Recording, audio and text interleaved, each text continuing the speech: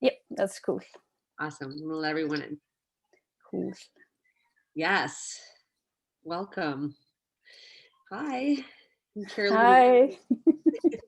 I'm here with our Thursday broadcasts with Artfare artists. Oh, I can't believe it's almost been a year. We've been doing this almost every Yeah. Thursday. Tonight we have Habby Osk. Welcome, Habby. Thanks for doing. Thanks. Yeah, thank you for having me. Absolutely. I'm excited to talk about your work. We kind of really hit it off at the Christmas party at Art Fair. Yeah. And then I working with so many of the artists, we have like 600 artists on now, and not always being able to put the name to the art, but knowing the art, but then being able to have a conversation face to face once upon a time. And then we started looking at your work and I was really enamored by it. The what you talk about in terms of that frustration. I think that you um, between the elements of this the gravity that's in your work is Yeah. really fun. I'm looking forward to seeing a little bit more. But where are you right now? I'm in Brooklyn. I've been here throughout the whole pandemic. And did you still keep your studio, or you were at ICSP, right? Yeah, I was at ISCP. So I started there in November 2019. Okay. And initially it was supposed to be 6 months. And I was they have two programs there. So one is called like international program. I was part of that, even though I live here. You can also live in the US and participate. And then that got extended through June, because part of it ended up being like completely remotely during the pause order, because they have to follow like certain rules. It's not like a commercial space. And then in July through December, I was at it's called the ground floor program. So that's for New York based artists. So my initial 6 months residency ended up being 14 months. Oh my gosh. Yeah. That happened to a lot of folks. There's kind of this sweet spot. I mean, if you can keep doing it, if the residency can keep supporting you, I mean, that's really Oh, incredible. absolutely. And then I didn't have a studio after it finished, and they have this really great program at NARS Foundation, Oh which yeah. is called like COVID Studio Relief Program. Oh, So I actually got into that in beginning of January. So I'm there till mid-April. okay. So you're kind of bouncing around. Is your studio bouncing around too with all these programs? I know like the Yeah. curatorial program is at Grand and Morgan. Is that building right? Yeah, it's like the building between, it's basically Metropolitan and Morgan, or between Metropolitan and Grand on That's Morgan. right. So it's kind of East Williamsburg / kind of Bushwick. It depends on who you're talking to. Yeah, exactly. And then the NAR Foundation. So now you're in another residency where you're offered a studio. What? How do you do this? How are you getting all these residencies? I mean, I don't know. Like it's some. Usually, I don't get into them. So Well, I, I so it's mean, a testament to probably some of your writing skills and documentation of your work and just trying and just applying. yeah, exactly. It's just years and years of applying and applying, and I you know know, and it's kind one of a you get, running joke, yeah, you get the yes every now and then. right? Like how many times I know someone that's applied to Skowhegan like 7 times and finally she was like, forget it, no. And like how many people actually apply for like the Guggenheim grant, for instance? And it's like this Right. 15th time applying to the Guggenheim grant. I know, but I mean, you don't get it if you don't apply. But I know That's it exactly can right. be like super frustrating too. But Yeah. no, And that's oh, sorry. so, Yeah, I was gonna joke around about having the opportunity, the downtime to be able to apply, but then also being able to meet like kind of safety protocols with some of these other residencies that you're at. Have you found, moving around during this time, and did you feel safe, or did you feel like what was there something like over your shoulders kind of saying like, I don't know if I should be moving all this stuff around all the time, meeting new people, or Yeah, I mean, ICP has like this really extensive and great safety protocols, and the same with NARS. So they're really taking care of the residents and like making sure like everyone is safe and healthy. So there is a like very minimal socializing. That's kind of the downside of like being in a residency during the pandemic, because I experienced it before, and it was like, this community, we had lunches together, we went to openings, all of that, and then you just can't anymore, so yeah. But I mean, it's better to be safe than sorry. Well, of course. And you also just finished a solo show, correct? Like it's just in Brooklyn. Yeah, it's a space called Undercurrent, and it's down in Dumbo. And it's been, they opened the space 2 years ago. It's a non-profit space run by like artists mostly from who have either from Lithuania or have like connection to Lithuania. It's really nice group of people. I recommend like just going there to visit. It was a really great experience. Oh, that's amazing. I know that you have some slides of that show, and I'd love to take a peek at them. Yeah, Share your screen. I think it's a good time. absolutely. Let's see.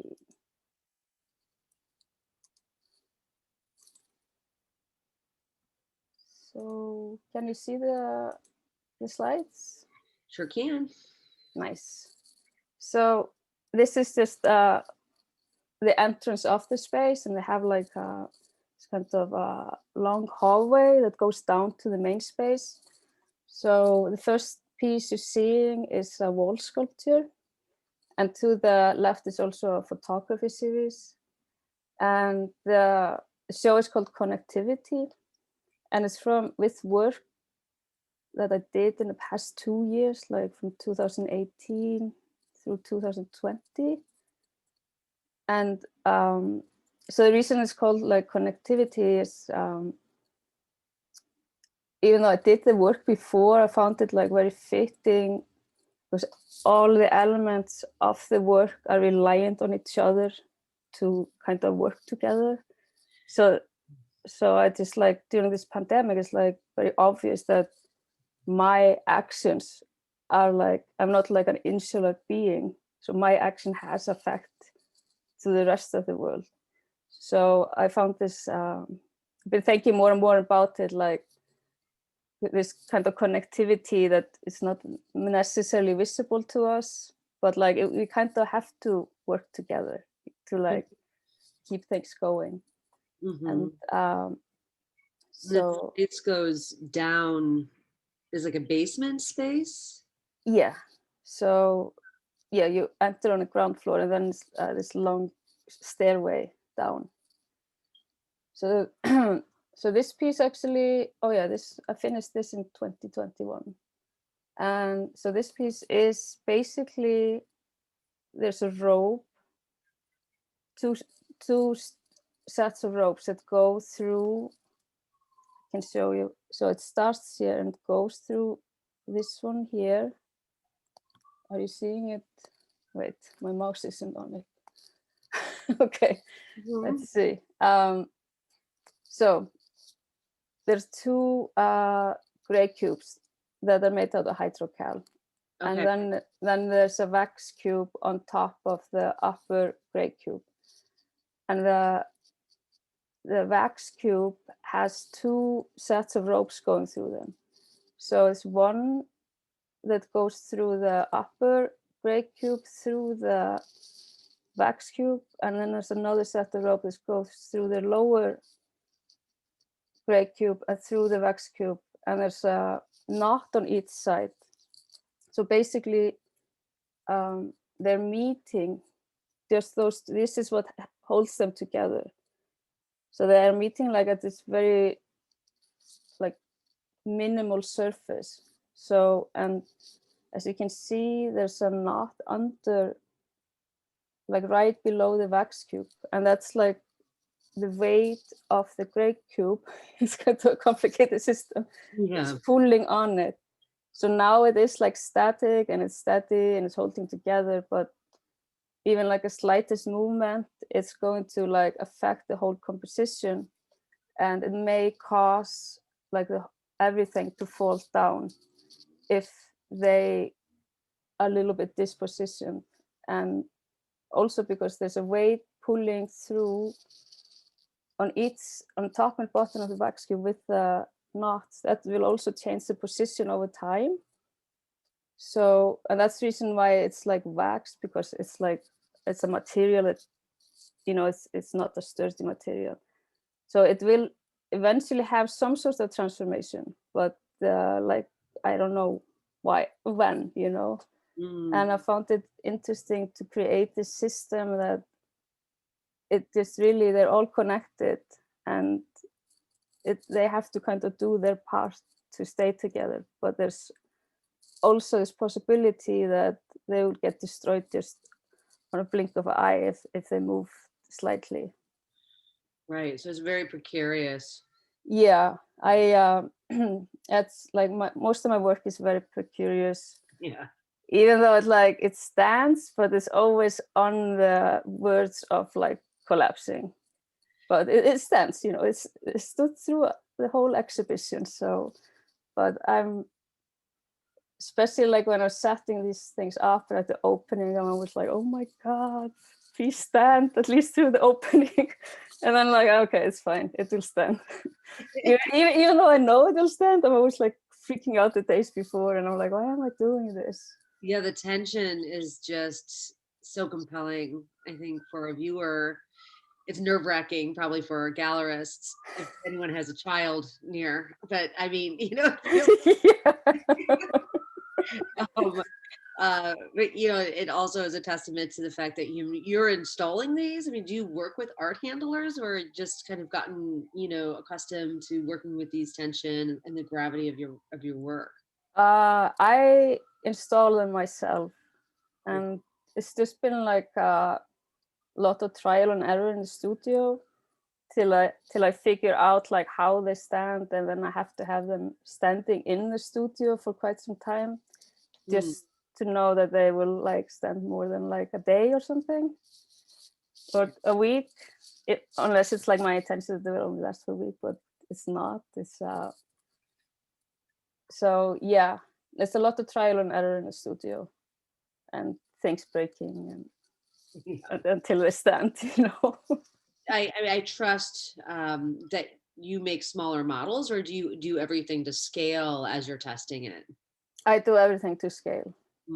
And a lot of people think I do calculations, and it's even though it has like the scientific element to it, it's very unscientific how I do it. I literally like feel it out and feel how far I can like push it, where's the breaking point, where's like the balancing point. And so yeah, it's kind of often like some science experiments in the studio. And I don't know, sometimes I set something up and I come to the studio day after and it's not standing, or you know, then it's like, okay, this isn't working.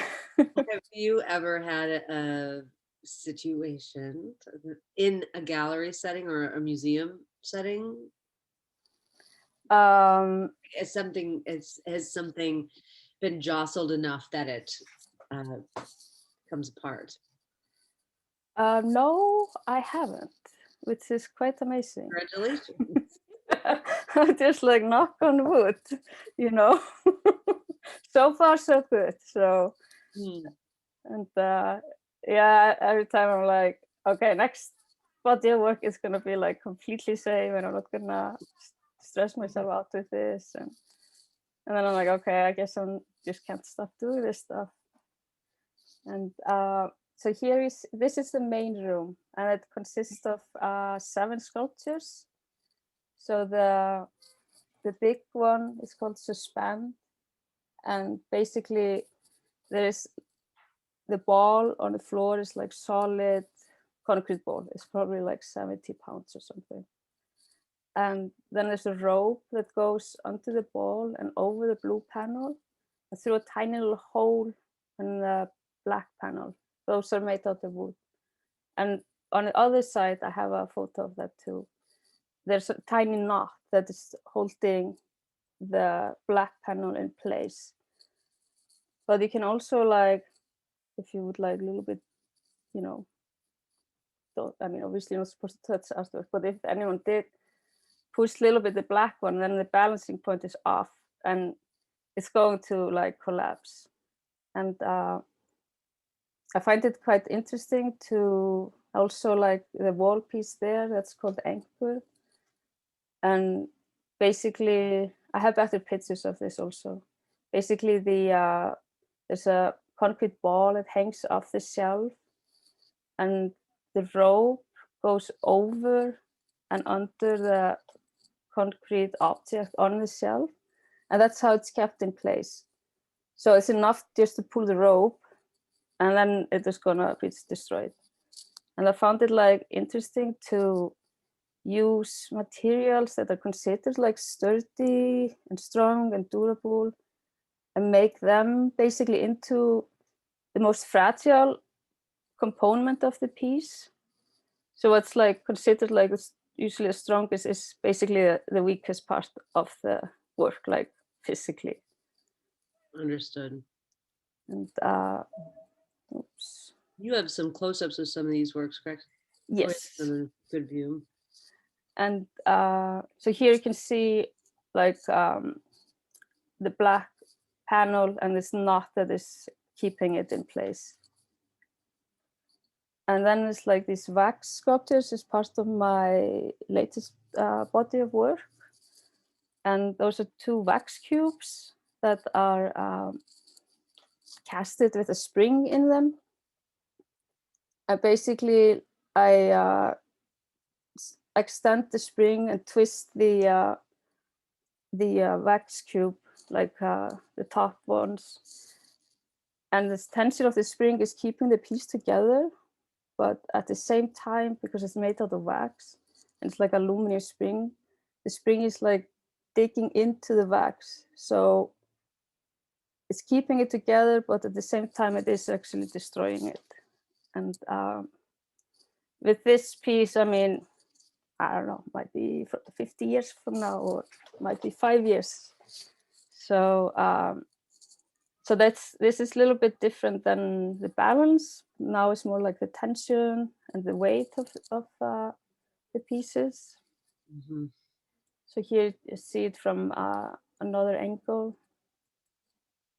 And so, yeah, so now we see like a close-up. And so here you can see how the rope goes around the concrete object and under it, and that's to stabilize it. And the round piece has to be on the edge of the shelf in order for it to stay up. So it's very much like about to fall, but this is actually the most secure part for the round object. And like I said, if you would like pull the rope, which is going down from the concrete object, it's just going to fall down. And so this is another one. So I work a lot with like geometrical shapes in my work. And so actually I was taking down a show on Monday, and one of the co-directors, he had been there over the weekend, and someone had thought like the pieces were like mounted. Oh, wow. They were about to like poke it, and he was like, no, you can't touch this. They're like, where's the pin? He's like, there is no pin, don't touch it. So I'm glad I wasn't there, you know, just glad I heard it afterwards. And so this is the first piece I did in this series. So I started it about 2 years ago, and it consists of like 10 pieces of it's like various geometric shapes, and some are like one object, some are more. I have picture of them later on. And So Habby, oh, that's such a great shot. thank you. So elegant. And knowing that there's no parlor tricks involved, No. definitely, gives that viewer an extra feeling, that trepidation of approach, but still wonder, which I really value in the work. Yet I had a question, about sales. This is a not-for-profit gallery. However, you've shown this work. You said this is a series. Yeah. I'm curious, a collector were to buy this or some of the other works where you install, is it part of your uh, invoice or contract or certificate of authenticity that you come and install the work at the client's house or the client at the museum or whomever acquires the work? I have instructional videos Okay. that follow. Once I wasn't there, that was at a museum in Iceland, and I just sent them like a video how to install it, and they managed to do it. Good. However, like if they are locally or are willing to fly me out, I'll come and install.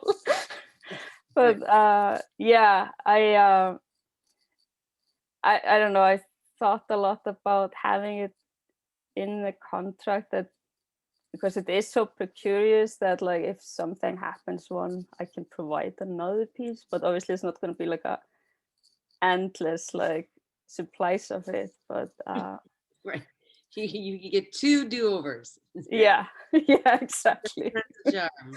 Yeah, or I mean, I think some people like maybe like having something that is so like feels risky and they invested in it. And but I mean, it does sense as long as it's just left alone, and you know, don't maybe put it up in an earthquake era. That's I think that would be advisable, unless you have like a mattress under it or something. I don't know. I mean, you're welcome to buy it if you live in an earthquake area. I won't say no to that. I mean, it's just out of, the logistical curiosity. Mhm. Uh, and certainly, I mean, it lends itself to the conversation of the performative nature of the structure of the sculpture. Not only is your hand very clearly setting the precariousness of the object, those items combined of ready-made of sorts, come together in that harmony. And it's, it's basically like living, right? Because there's that tension. Yeah. I really value that. And certainly the documentation part of the tension, I think, is, or the sculpture themselves are also a piece, which I know we're going to get into some of your photography work. Yeah. But it seems as if this work can live outside of a three-dimensional world, and also, as a installation photography, for instance. I Oh think yeah. photographers are working that way. Yeah, exactly. It's also been like super important, even more important now this past year, to like try to capture as much as you can of the essence of the work. I mean, obviously it's not gonna be the same, because people have told me, and I have to, that have like this physical reaction to these pieces, Right. because they get tense and they often get like quiet around it and kind of afraid to breathe, and Yeah. which is interesting. I mean, it wasn't really my intention to make people nervous, but I think it's still quite interesting. but but yeah, it's very important. Like in the spring, I'll have a show on Artsy, so I'm really thinking about like what type of work is applies best to like a virtual show, because Mm, not everything translates. It's like right. it's an interesting challenge to do that. It really is. It's kind of like you need a space in order to install an exhibition that's going to be virtual. Yeah, right. exactly. I And feel like that's been my whole year. I didn't, as a gallerist, my other hats, I didn't want to be able to just, have these online opportunities for our artists. We felt that to match the programming that was happening online, we really wanted to have the exhibition installed for folks. If, some folks, really very few people came to a couple of the online exhibitions. right, The show that was installed for the online exhibition, very, in the beginning, um, March, April, May, and into a little bit into June. It was really tough to yeah, get anyone to leave their house. But so this, you said, is going to be on Artsy. Where did you say this online show is going to be? yeah. It's gonna be an artsy through this art consultancy called Mutton Dressed as Lamb. They're Oh, based here in New York, and basically it's called like a viewing room or virtual show. okay. So yeah, so that's what I'm like kind of what I'm putting together now and trying to figure out like just like what's the best way. Like I don't know, it's like maybe I should like do like a sketch up or something, like do like a virtual gallery. I don't know, it's like so many things like to think about, which is like, I mean, it's like obviously you have to think about lots of stuff when you're doing like a physical space, but it's just different things that you haven't maybe thought about before. And so yeah, this documentation is like super important now. I mean, it's always important for application stuff, but like even more right now, I feel like. Yeah. And do you shoot your work, or do you hire a professional photographer to shoot? So I sometimes shoot my work. I'm very lucky. My partner is a photographer. Oh, that is very lucky. So he like didn't really know he was gonna be my assistant also. Save a lot So of money on photography, installation photographers, documentation. Yeah, that's yeah. So these images are all shot by him. Like, he does mainly like street photography and then like my art photography. Yeah, but yeah, it's good to have an assistant. Mhm. Well, I know you have some more shots of some of the wax with the spring. Maybe we can move ahead and advance some of these slides so we can Oh yeah, go in absolutely. for anchors. So the series called Anchor. Yeah. Mm, So basically the thought behind it is that, I mean, we all need like something.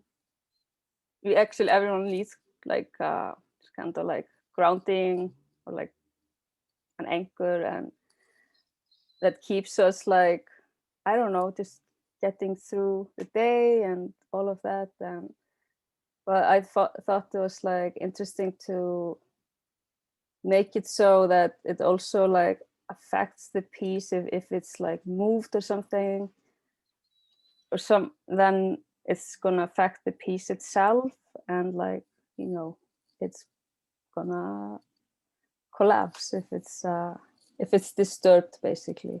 mhm. So that's basically like the thought of why it's called anchor. It's basically this little bowl is anchoring the pieces. Right. And So appropriate metaphorically too for the last year being in quarantine and feeling the hopefulness that folks felt safe or anchored in their own home, which we yeah, know that a lot, there were definitely some situations where the home isn't a safe space or it felt oh like, yeah, and that it's just a nice in a conversation to think about that, that this work is coming from, a time of solitude and certainly introspection as we've all can, yeah, that's no, mhm, exactly. It's yeah, it's been really important. mhm. And let's see. So this is what I started. It all started with a photograph, which I'll show in 2 slides, I think. Mhm. So this is what I've been working on since 2020. And so basically, like I said, is the spring is casted, they're connected by the spring. So the spring is like casted into the cubes. And I found it like interesting, like during this pandemic, we were all like holding on to something, you know, it's like clasping onto like, okay, it's going to be better. And also like this, you know, there's been like a lot of social change. Sometimes people are holding on to some old ideas, but they're not really working, you know. So it's kind of like damaging by clasping so much on, even though it's holding it together. It's also like, it's kind of like a long-term self-destructive system, I would say. And yeah, and also, yeah, the reason I'm using wax is because it is like, it's a, you know, it reacts to the environment. It's not considered like a permanent material. You know, you burn candles are wax. And so I found it like interesting to kind of create like this composition of like the piece. This is how the piece is holding together, but it's also having like this destructive kind of transformative effects at the same time. I mean, it may never like, maybe it's just gonna dig in and stay. I just, you know, it has to, at least it's like, it's for now, but I don't know, like maybe in 50 years it's not gonna work anymore. But I mean, or maybe it will just like be there in 100 years, who knows, you know? But put that in your certificate of authenticity as well. yeah. In 50 years, I don't know. It's, you know. Yeah. Exactly. Bible. Yeah. So this is the very first wax piece I made, and so unfortunately I damaged it myself when I was moving out of ICP. So that's the reason it wasn't in the show. I haven't repaired it yet. And this is so now it's like, it's the same method, and now it's like, it's turned like the smaller one's turned sideways, and again it's like the tension of the spring is holding it up. Right. And this piece was shown at the group show at ISCP. That was the ground floor program, and that was up like like mid-September through like mid-December. So I mean, it was up for 3 months and it was fine until I messed it up myself. It's like it's just my bad art handling. So. But I mean, it can be repaired. It's fine. I just hadn't repaired it before the show. So how did you mess it up? What did you do? Just like chip the wax, or did the spring come out?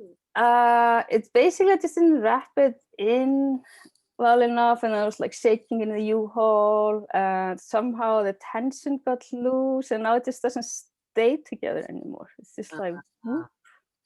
So I'm not really sure why it doesn't work, but so basically I'm just making another one, and I need to figure out how to transport it safely. Yeah. So yeah, and so yeah, I mean, I used to work with wax like a long time ago, and so it's again like I haven't worked with wax in like 5-6 years, so kind of like revisiting this material. It's kind of exciting.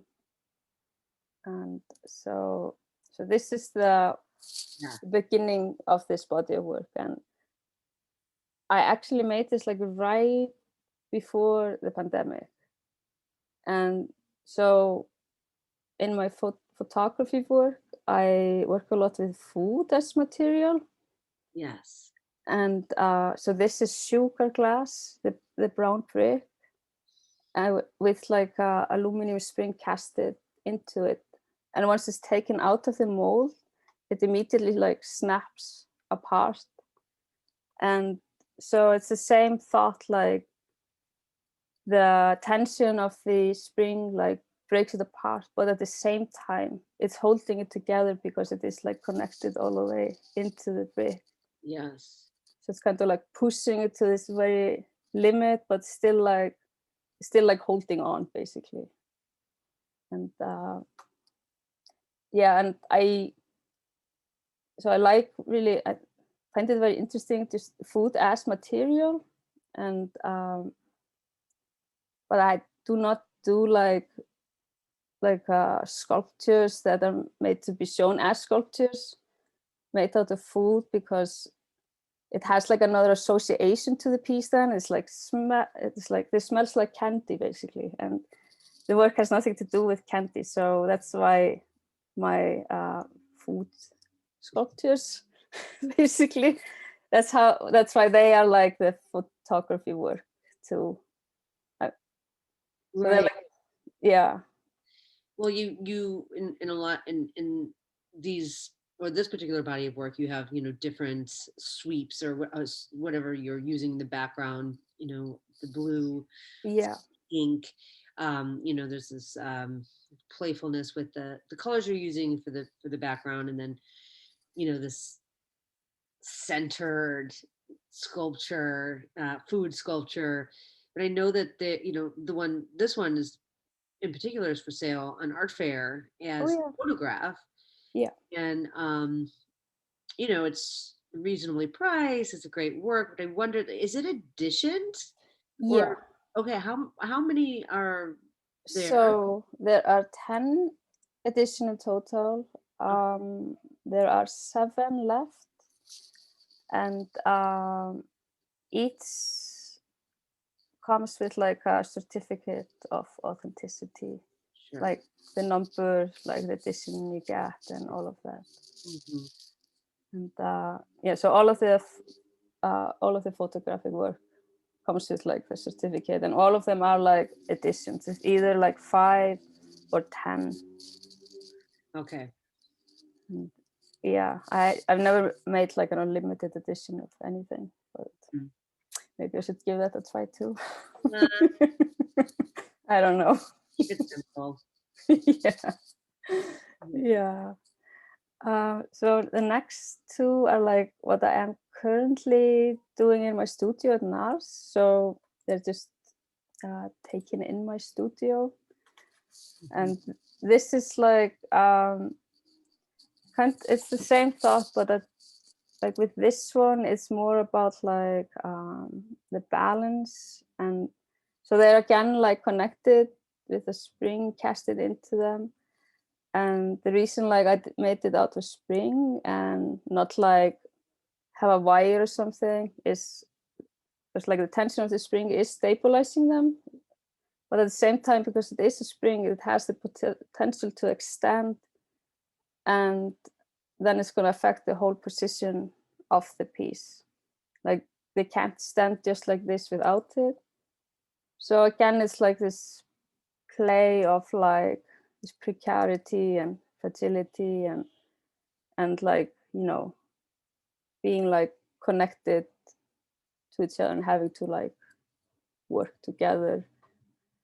And so now I'm basically just having them standing on like I made a stand for them. So this is like a test piece because they get pretty banged up while I'm testing them out. So I do recast them when I figured out like final like how exactly how far they can lean and all of that. And so yeah, now they've been standing there for a while, so that's good. And then the next one, this is another one. And so again, it's like this connectivity between the 2 of them and still having like the possibility of, you know, the spring like extending and breaking apart. And so I found it interesting that the second, like the larger piece, basically larger cube would not have anything to fall onto if it moves. So it's literally like on the edge of the stand, and basically like the weight of the smaller one is keeping it up. It's not sliding or anything, but so I'm gonna do the same. Like when I finish the thinking, then the stands, I just had these stands in my studio. They're gonna be small and just fit the dimension of the surface they're touching.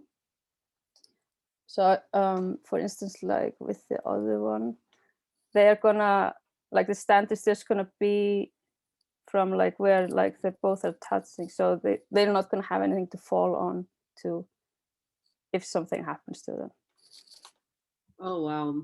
Yes, I can imagine there's a lot of thought that goes into the pedestals or the plinths that you're configuring while the sculpture is happening.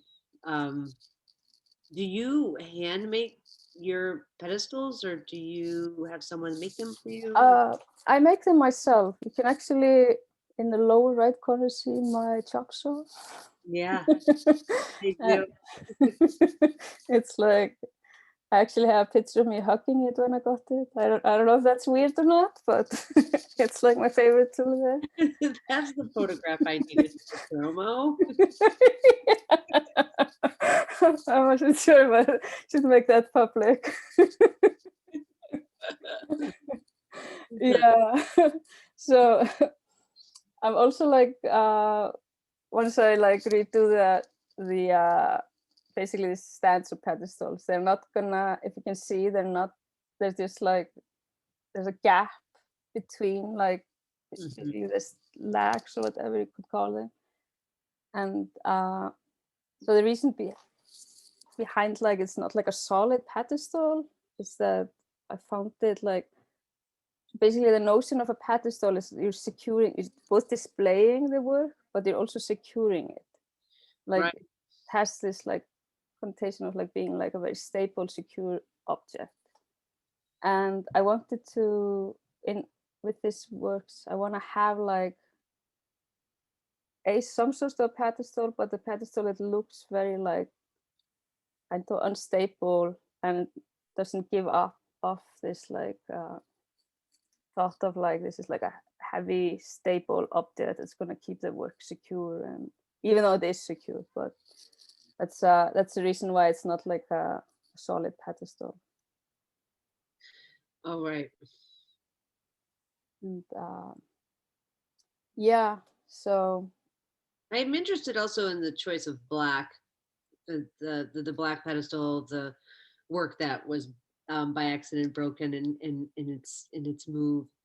But that was also a very distinct shape and size, and it was solid black pedestal. yeah. First thought, gosh, I think she's making those pedestals. Why I asked, but here you Oh, ones that are more frame oriented. yeah, I didn't make the one at the ICP. I just painted it, and I had put it on a white pedestal and it like kind of all blended in together. So I found it interesting to use like, because they're so like light and like they're almost like on the verge of being transparent, even though they're not. So I found it interesting to use like a color that like really contrasts the sculptures. And so it was basically after I put it up at ICP with the pedestal, I was like, I wanted to add a little bit more tension to it. So I hadn't really thought of it before that one. I was like, I always passed it like when I was going to my studio at ICP, and I'm like, I want to add a little bit more to it. So that didn't come until like, I don't know, maybe October or something. The show had been up for a month, and yeah, so yeah, that pedestal was really heavy. Yeah. The works in at Undercurrent, the solo show that just came down, those works, if I remember correctly, they were like on a smaller plinth, or they were just on the floor. They were straight up on the floor. Yeah. So that was basically, so I did bring these black ones in the space, and we were like, so it was basically like we're putting it up on stands, but we have the big sculpture and takes a lot of space. And so it was basically like the reason it was on the floor, we were just trying it out and we're like, something doesn't fit with it just needs more breathing space. So Yeah. that's why we decided, like, then we're like, let's see how they look on the floor. And we're like, it's actually, it looks quite cool. So, Yeah, it was a good executive decision. yeah. It wasn't Yeah. the intention, but after looking at the whole work, it did had better balance. Yeah, exactly. And yeah, so you sometimes just don't know until you are installing in the space, as you know, like It's real. sometimes things just don't work out as they work out in your head. And That's yeah. you can roll with the punches. Yeah, exactly. Well, I know you have a few more images to show us of your photography, and we're heading up here. We got like 14 minutes left. Okay. I was wondering if anyone that's joining us tonight, thank you again, wants to ask any questions, go ahead and put them in the chat, and I'm happy to read them off to Habby. And certainly, yeah. So let's kind of full steam ahead here on some more images. Yes. So I have some. I'm just gonna go very quickly through that. So this is like from another solo show in Iceland. So it's another like large scale piece, and you can see the other one in the back. Mm-hmm. And you can a little bit see like in the space behind is some of my photography work. And so here you can see a close-up of it. So that's like reversed from the other one. So it's basically a degree, the blue one leaning onto the black one, stabilizing it and the weight of the balls. And I was actually documenting it. I was in Iceland, so I was documenting this, and I saw this. This is like a cultural institution, so it has like the symphony and whatever. But there's like a teenage boy walking past it, and he kicked the big ball, like right in front of me. And I was like, "Oh my god, what are you doing?" And he's like, "Oh, is this art?" I'm like, "Yes." So that was quite scary. Did he break his foot? I mean, how hard he hit the ball? Oh, maybe he hurt his toe. That would be nice. No, just joking. You didn't stick around for the bruise. No. Okay, I'm almost to the photograph. Fantastic. This piece is really Yeah. So I had a solo exhibition at the museum in Iceland 5 years ago, and I made this large scale like installation in the space, and it has like different types of beams and different types of plastic bags. And as the show goes on, like the air is like seeping at a different rate out of the plastic bags, and that's like transforming the whole installation like throughout the exhibition. And it was, I mean, it was crazy putting it up, because we would take like a lunch break and hear all this commotion, and like everything had fallen down. And again, like the museum stuff, like nightmares the whole week they're working with me. And I had to have people like watching the day of the show. It's like, like it's gonna be some years until I do this piece again. yeah. And I felt so bad for the museum stuff. I'm like, I'm so sorry, guys. It's like, I don't need to do vacation after the install. So here you can just see like the show was up for like 2.5 months, and you can see how it progresses and gets more and more chaotic. And this is like towards one of the last days of the show, and then it's like taking up more and more space in the exhibition.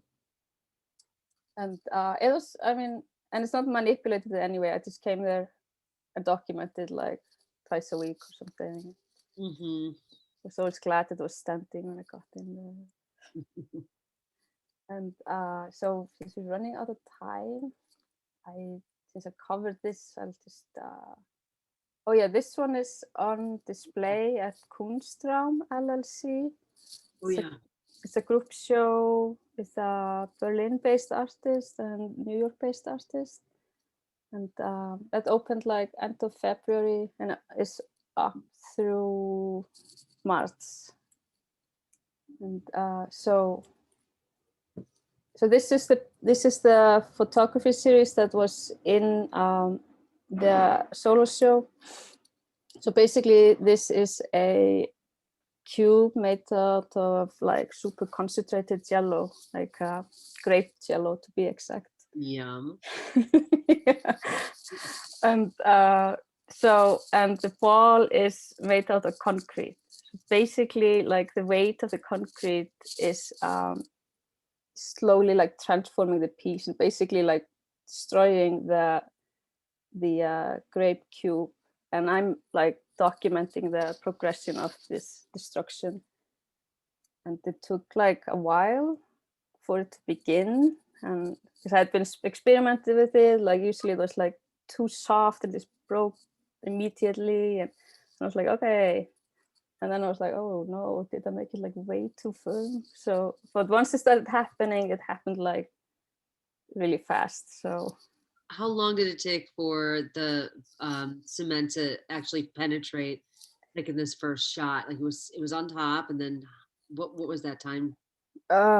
it was like, so I was in my studio, I just put it up. It was few hours. I mean, I was just had my camera ready, and then I just first waiting. I'm like, okay. And I'm like, okay, I better just start doing something else. And I'm like constantly checking on it. And I mean, I took like, I think it's like 100 photos. So it's like, this is not like the first step. There are like many steps in between this one. And then I selected like 6 of them. But Yeah. yeah, so it's, and this is like tiny. It's like this big. So it was just on a table and I could do other stuff. And Right. I just keep a look on this one. And yeah, so you can see here like the complete destruction of it, and this is like the last photo of it. And,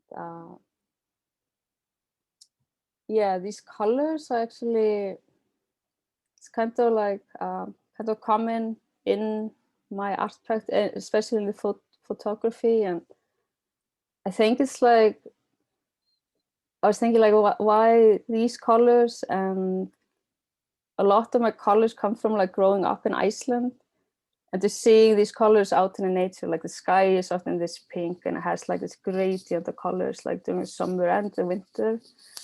And yeah, so I thought a lot like, why am I so like gravitated towards these? And then I was like, I don't know, I was just scrolling through my phone and I saw like a picture I'd taken one summer night in Iceland at like midnight, and they were like, oh my god, this is the color of the sky. Yeah. So yeah, that's kind of like how like the colors like that I'm gravitating towards. This is the same, and so but now this is like way softer. This is I believe pineapple jello, and Little less gelatin. yeah, and so basically at this, when I'm just capturing the like short existence. So I'm literally like holding my hand on the ball and I have my finger ready on the camera and I just let go. And then I capture, like they only stand like for sometimes just for a few seconds. This just like broke immediately, and I think I had to do it a few times because sometimes like a lot of them is like you can see my hand when they're like falling, and you know, and yeah, so it's like experimental process. Just need to figure out the rate to move my hand basically often. And Yeah, I'm really interested in this palette. I'm glad you addressed that. Oh, what is going on there? so This was a happy accident. It was not that I had planned, so I was like showing this picture because at the end I liked the outcome. So the I casted a object. It is just like gelatin and sugar, I believe, and it was the same shape as the concrete object. But I was like, I do this at home, keep it in the freezer or in the fridge, and then I bring it to my studio. And it was like August here, and it was like crazy hot.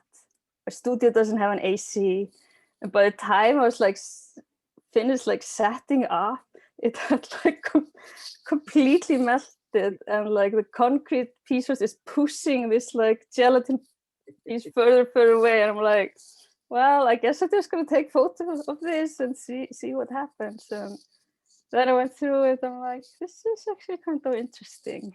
So yeah, it's basically like the pressure is just like pushing it and pushing it. And so sometimes it's good not to have an AC. Yeah. Well, the form that is no longer. I mean, it feels so liquid, and the gelatinous, kind of the fluid honey like feeling makes it difficult to believe that the ceramic, or excuse me, the plaster can even be at any way lifted up. It feels like it's Yeah. just an oozing pile of honey. So it is a compelling image. One of my favorite pieces is your jello piece. Oh yeah. Got a lot of jello pieces, but the two jello, Yes, I can. like twin towers or something. No, let's see what. I think it's forward. Oh, but these are just also so great. Oh yeah. So this is the very first piece I did. It's like my ongoing food photography sculptural series. Oh, okay. And it's actually like a total coincidence that I got into like casting from food, and then I just really liked it. So I was at a residency in Iceland at the museum there in a town like adjacent to Reykjavik, the capital city, but still like it's a town.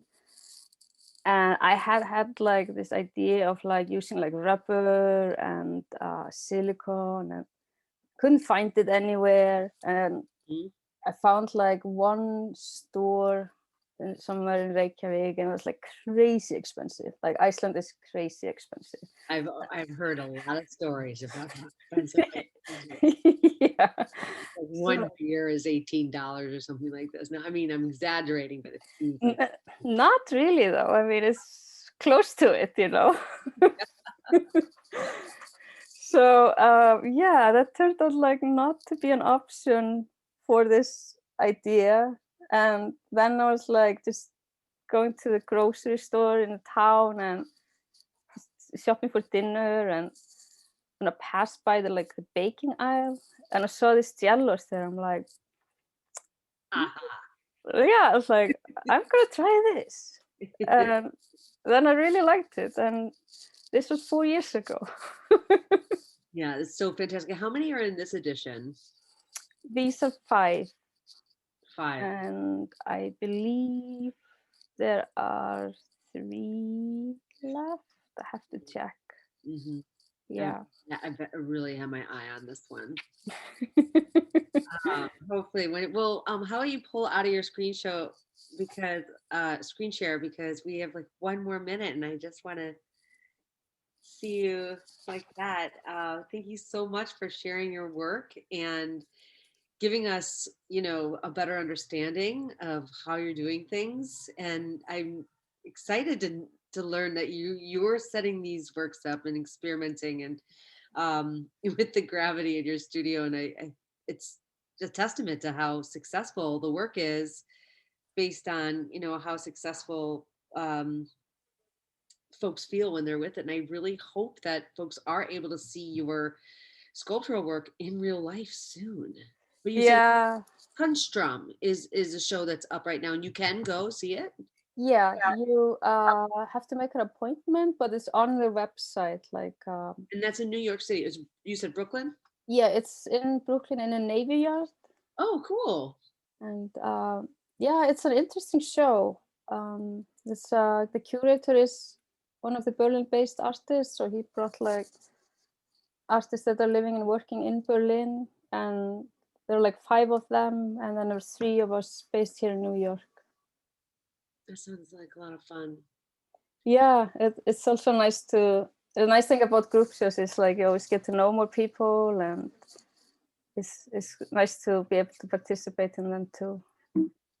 Yeah, someone's asking, can you spell the show? So I'm just gonna send it in the chat. Yeah. Let me save. It's Kunstraum. There we go. Well, again, thank you. And thank you for everyone who joined. Next week we'll be back broadcasting on Thursday at 6. And Habby, thank you again. And I really hope we're able to hang out soon. And Me too. Summer. Yes, summer. That sounds good. Thank you so much for inviting me, and thank you everyone who attended. Yeah, absolutely. Take it easy. Yeah, you too. Bye.